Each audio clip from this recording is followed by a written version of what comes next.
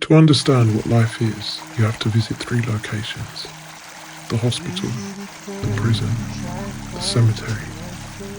At the hospital, you will understand that nothing is more beautiful than health. In prison, you will see that freedom is the most precious thing. At the cemetery, you will realize that life is worth nothing. The ground we walk on today will be our roof tomorrow. Live life to the fullest. You never know what tomorrow holds.